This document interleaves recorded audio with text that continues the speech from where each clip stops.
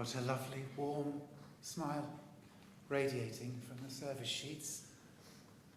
Here cradled in the glory of nature, sunlight all around. The tears, perhaps, are behind the eyes, but more so, the colours of Walter's life, the brightness of all that he's woven within your days, the incredible memories that you harbour, treasure that he leaves with you, and the love of family and friends. Today is a time just to gather all the wonderful, all the beautiful energies and treasures and memories together. People are gathering all around the world. This is just like a small pocket of loved ones who could attend, but on the webcast, eyes are watching from many different continents. As Walter travelled, spanning the widest world, drinking in the glories of creation, as we are nestled here today. So let's be quiet just for a moment in this tranquil place. aside from the furies and slipping into that intimate serenity of love, where we know all things are well.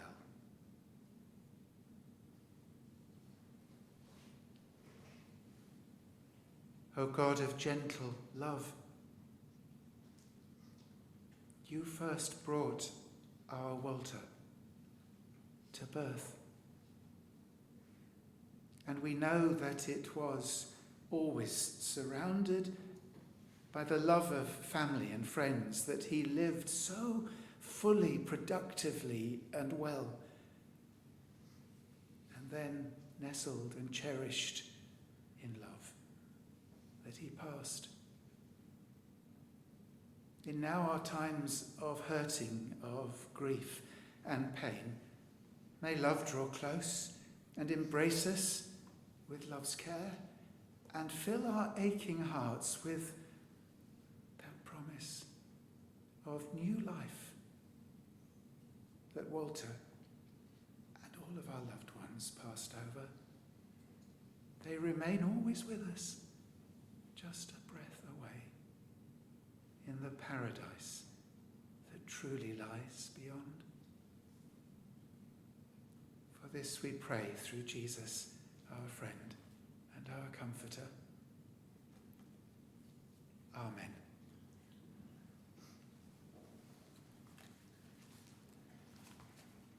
So strengthened just by those tranquil moments of love, we're going to now gather together the bright, beautiful, resplendent strands of memory, of laughter, of delight and of happiness that have brought colour to all of the days past. First of all, I'm going to invite Dave to come up, and he's going to share with us his tribute to Walter. Thank you. Well, good afternoon, everyone. Good afternoon, Your Grace. My name's David Jones. A big thank you to Maureen and the rest of the family for giving me the opportunity to say a few words today about my good friend Walter and the work we did together many years ago, but not forgotten.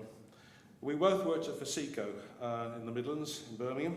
Walter, an engineer for the Central Manufacturing Services, and I was in the lab working on ceramics research and development. Someone, I can't remember who, had the good idea of teaming Walter and I together, working together, visiting various parts of the world, the Fasico plants, transferring best practice and introducing new recipes and technology. Great idea. We knew each other from work, of course, but I'm not sure what Walter felt about this. He was a well-trained, well-travelled, well-respected plant engineer with a global reputation. I was just a techie guy from the labs with little or no experience of working overseas. Yet it all worked out well. Yeah. I had to rely heavily on his experience, of course. Without his knowledge and being able to speak Japanese, I'd still be wandering around Tokyo railway station looking where I was going. Not a clue. And we visited the operating companies together. Following his example was work hard and go with the flow. So if earning the trust and respect of our colleagues in Japan meant singing my way in a karaoke bar in Toihashi at 3 o'clock in the morning, drinking whiskey shots, or eating creatures possibly even not barely known to science in a Korean seafood banquet, then so be it. So putting us together, a team worked well. And over the long hours we spent on factory production lines, on long-haul flights, waiting in airports, we became good friends, comrades in adversity, if you like, and having a great and similar sense of humour certainly helped. So when the trips are over, we could socialise. Walter, Maureen, my wife Jane and I could meet up, go through our travellers' tales and misadventures, of which there were many. And Maureen reminded me one the other day when we had our phone call. I meant to talk about that later. So I owe Walter a huge debt of gratitude for his patience, taking on the techie guy, his forbearance, his kindness, and his knowledge and good sense of humour, and above all, his friendship. Thank you, Walter. You will not be forgotten. Thank you.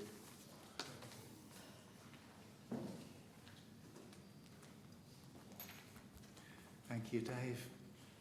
Some very vivid memories there. the broken chain.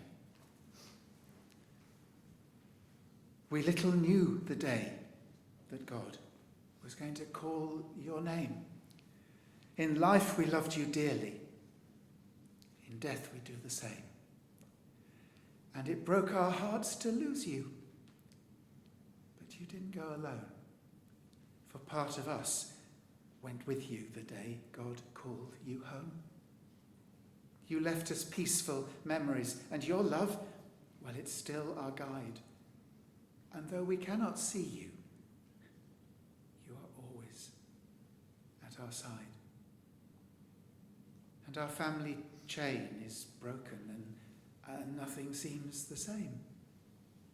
But as God calls us one by one, that chain, it will link again.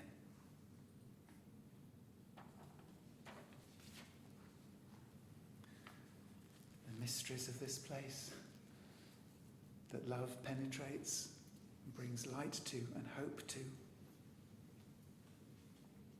Your dear, dear Walter. It was the 2nd of October, I think, 1947, in Wettingen, in Switzerland, that he was born to our earth. His dad, Heinrich, he was an engineer, and his mum, busy keeping home. There was an older sister, Suzanne, 8 years senior, and then Beatrice, 5 years senior.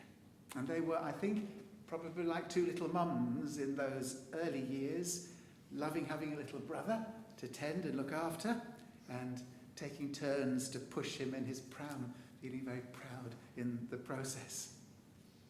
Well, early on, the family moved to St. Gallen, beside Lake Constance, at the foot of the Alps, overlooking the valley and the town, in sight of Mount Santis.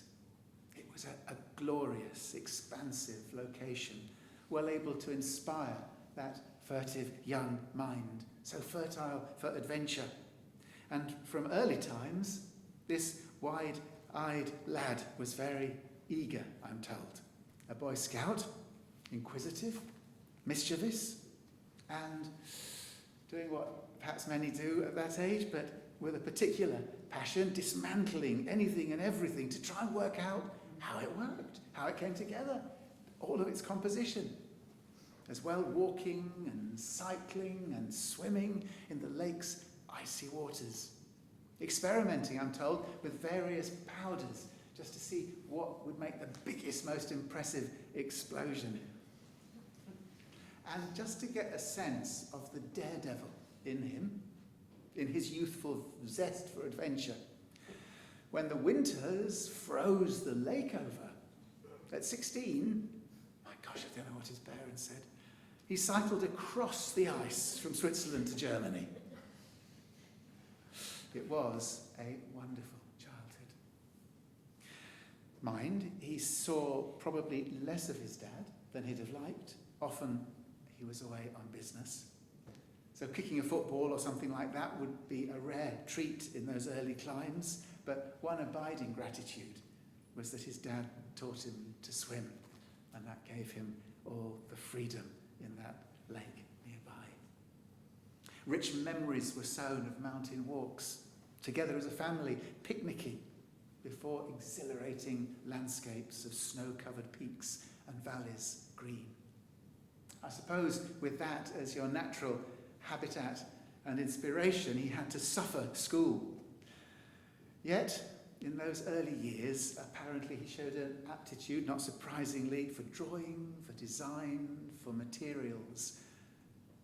And he applied his eye for engineering that was growing within him, and his daydreaming ambitions for what may lie ahead. Making an array of gadgets, a prized go-kart, which must have been wonderful on the tempting slopes.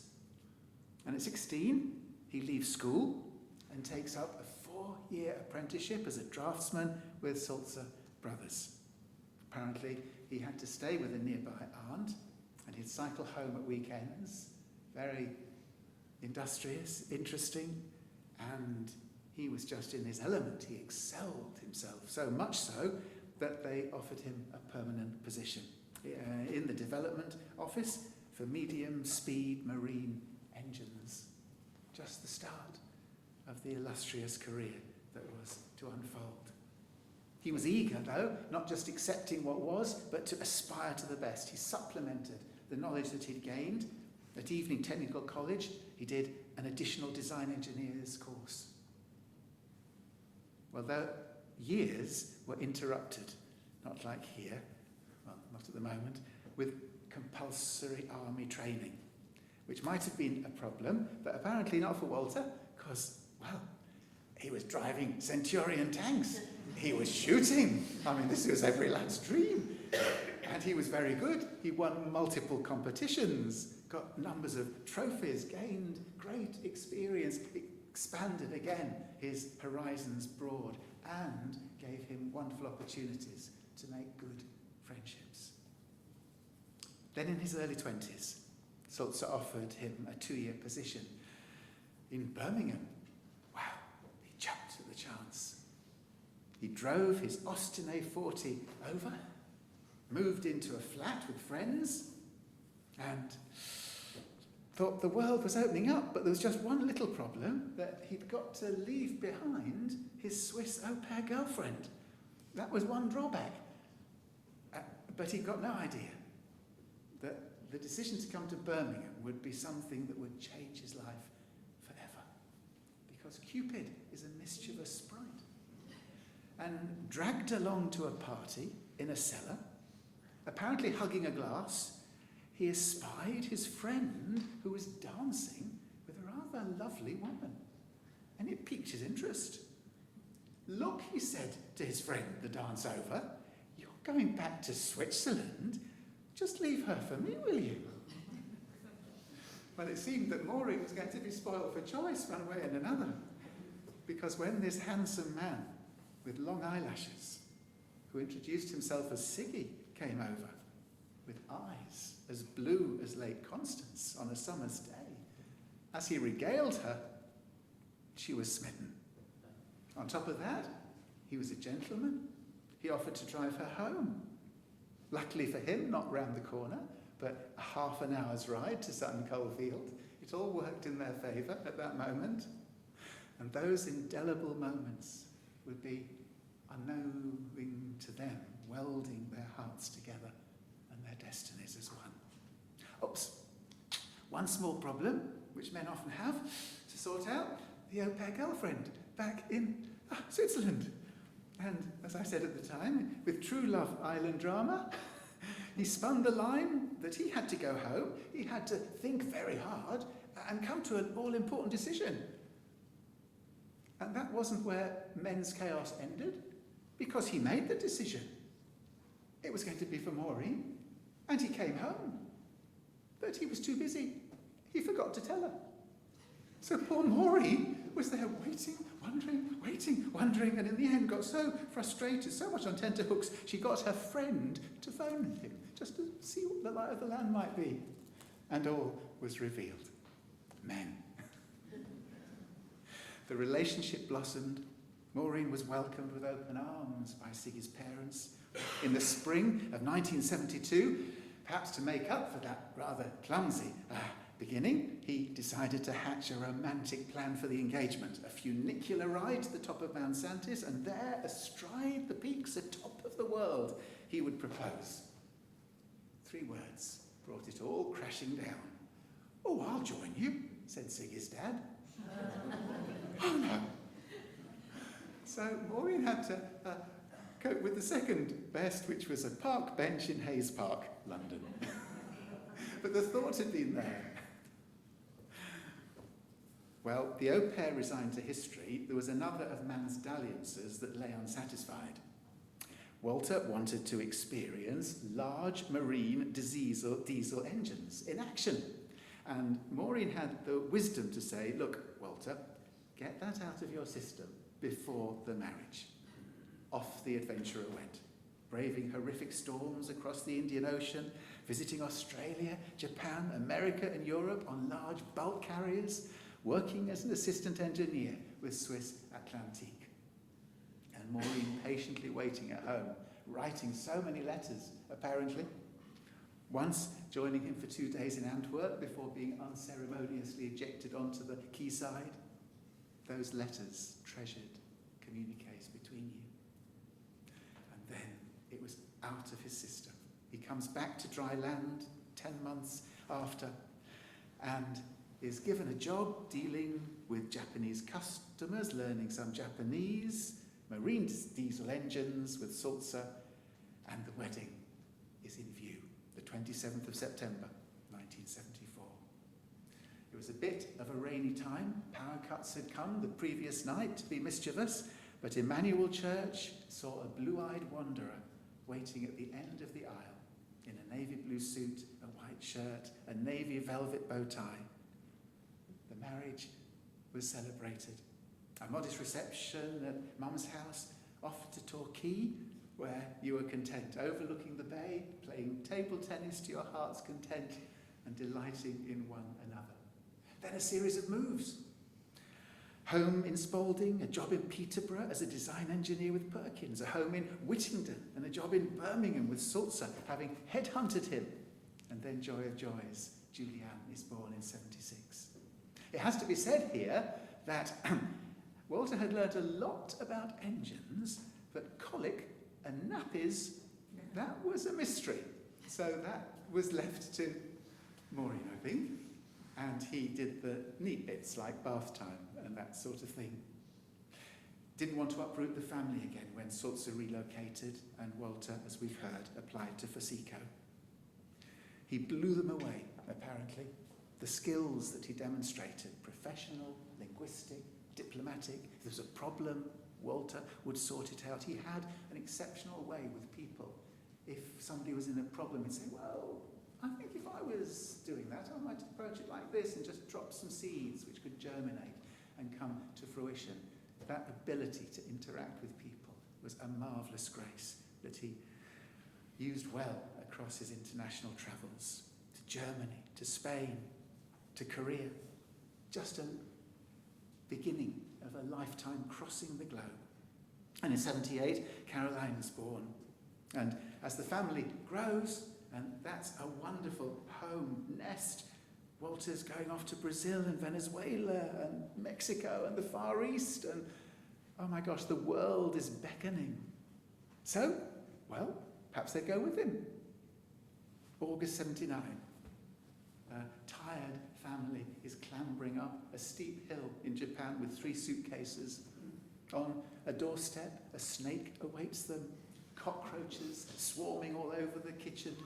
But there is a view of the sea. that was there. It was going to be a steep learning curve. No Google Translate, script in kanji. What to buy, what to cook, wooden flip-flops, kimonos, mould everywhere in the monsoon. Chokasum and her chicken and rice and soya sauce, the kindergarten, trips to the zoo, long blonde hair against the black hair, family trips to the countryside, the hot springs, the sulphur eggs, trips overseas to Hawaii and Singapore, Hong Kong and Thailand, just happily by the swimming pool and the sand pit with friends from Canada at the weekend. And Walter, so busy, off at 6, sometimes not back till 12 at night, because they expect you to work. A few recreational benefits like the onsen outside baths, where Walter had to just use a very tiny cloth to hide his modesty, apparently. Lizards in the bathroom in the Philippines, sleeping on the floor and sliding screens, images just burgeoning around like a kaleidoscope of an international smorgasbord of experience. Sweet memories of flower arranging, making the girls beautiful dresses, taking sake of an evening, the crush of the train carriages, holding them aloft so they could breathe.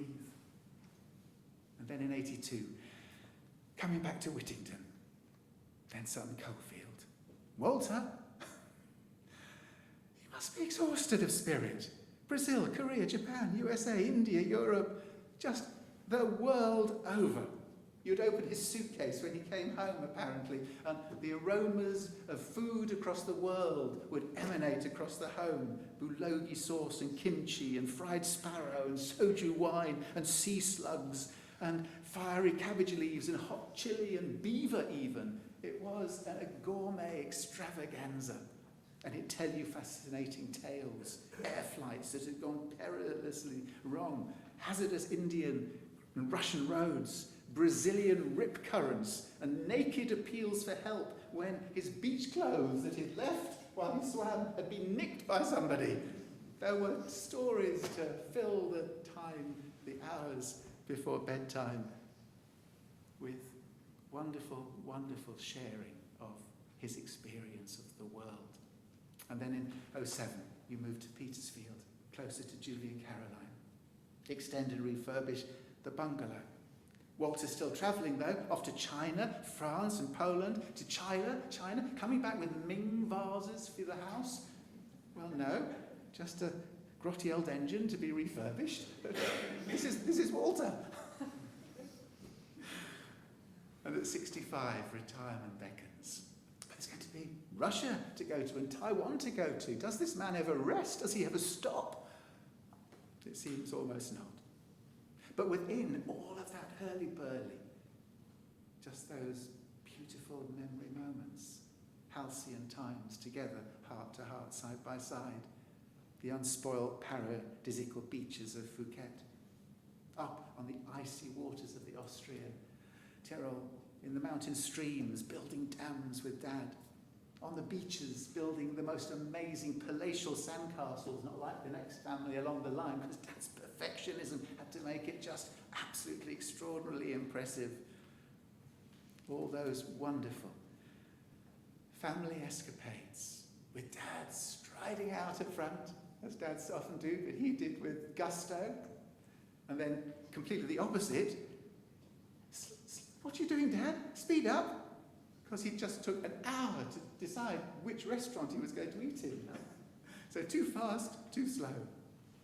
And of course, the joy interspersed through all the years. Every time that suitcase opened, what was going to be the new doll that was brought out to make your eyes pop wide?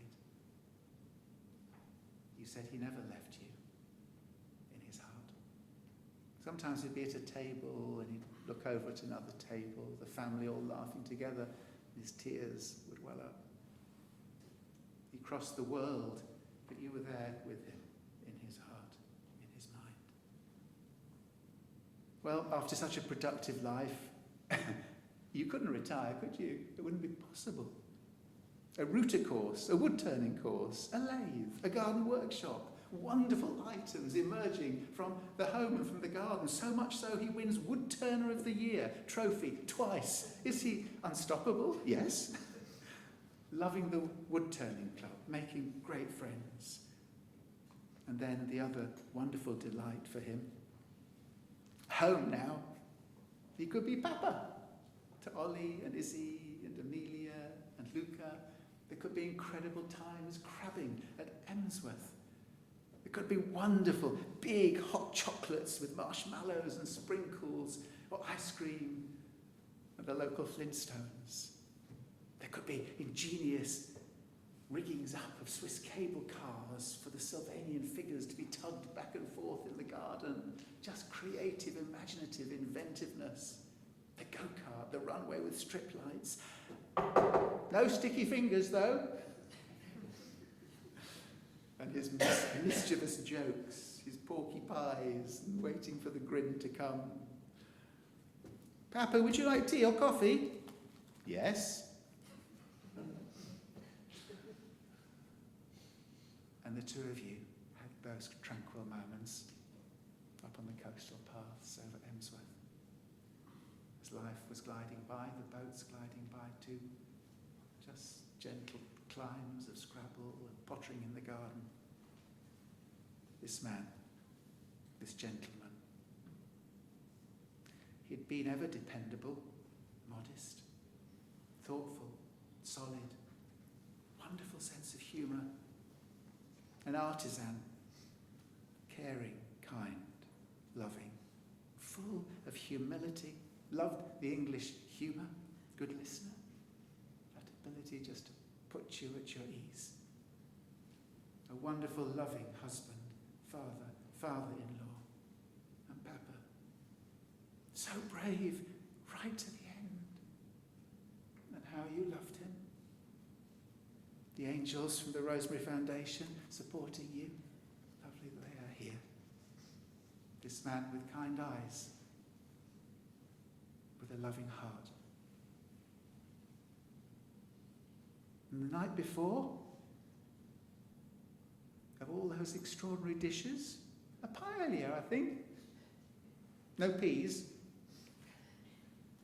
And then 2 hours before, let's have some tea through a straw. Life lived to the very end.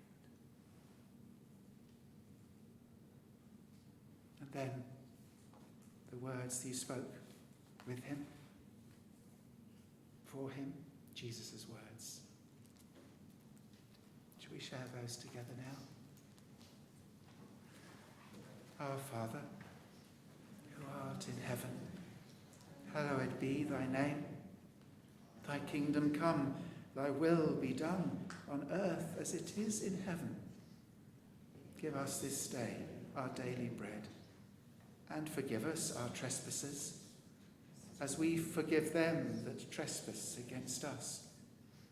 And lead us not into temptation, but deliver us from evil. For thine is the kingdom, the power and the glory, forever and ever. Amen.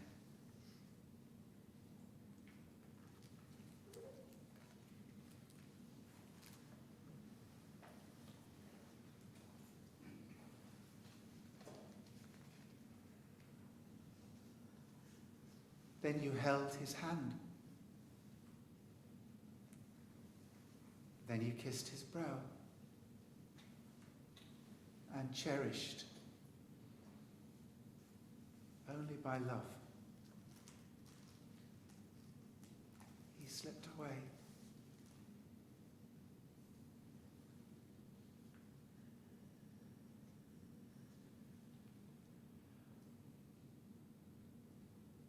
Beloved Walter,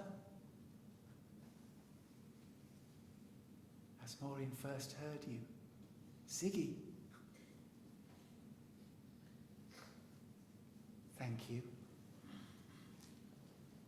Thank you for all that you've been and all that you've done. All the adventures and the delight that you've woven bright in all the years that have tumbled by, oh, so too fast. Thank you for your extraordinary energy, intelligence, passion, enthusiasm, commitment, productivity. Thank you for the extraordinary achievements that you've woven and availed the world of. So many communities, so many nations, so many people who have benefited from your knowledge, what you've brought to them, what you've enabled for them. And a family. 2 beloved children, wonderful grandchildren, hearts beating warm within this earth, bearing your grace, the light of your eyes and the hope of your heart. We want to say thank you, Dad, but thank you could never be enough, not for all that you've done and all that you've been. Oh, those mountain streams, so cold they were. Those dolls. The excitement of you coming home, the hurting to say goodbye again. Thank you for all the love that we've known through your good heart, those gentle eyes. Your words and your ways have so finely interlaced our days. And now this sacred vessel of your spirit that once traversed the globe, now is still and quiet, and is a body for which you have no further use. And And we've surrounded it with our hearts of love, and these memories brought close. And people are watching and connecting from all around the world, the good friends that you have made, the community, the family that you made possible. But we prepare now to say goodbye to a body for which you have no further use, which we prepare to have cremated, earth to earth, and ashes to ashes, and dust to dust. But we do so with a sure and a certain hope. We release your good spirit to the wide blue expanse of the sky, to the sun's warmth and the wind's breath, to the dance of the stars and the planets. Go safely, oh dear Siggy, dear Walter.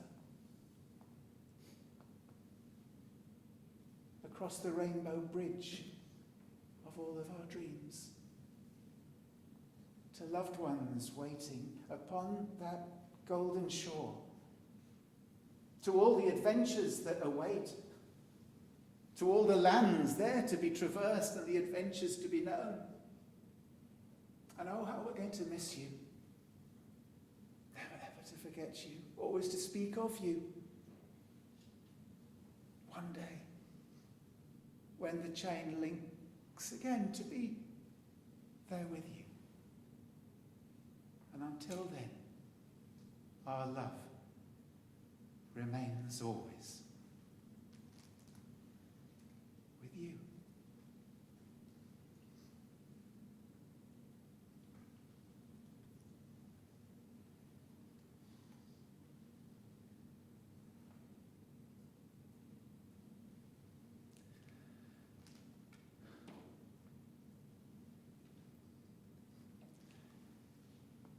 I'd love it if the memory of me, please, could be a happy one.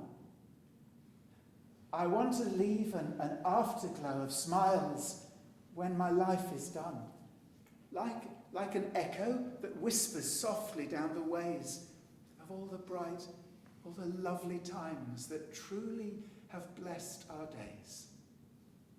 And I'd like the tears of those who grieve to dry before the sun of all these lovely memories that I leave. Now my life is done.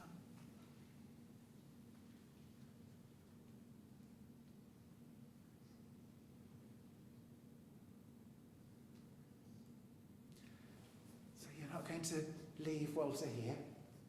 It couldn't be like that. Not that expansive spirit. We'll know of no containment. We'll be exploring and adventuring on as we must. He'll be always there in your heart. He'll be at your side. He'll be there at each and every twist and turn of the road. When you have to make a decision or face a challenge, you'll know what he'd say, what his response would be. Keep him close and talk of him always. And may his love comfort you as your love comforts each other in the hurting times. And may we all be held safe in the palm of God's loving and tender hand. Amen.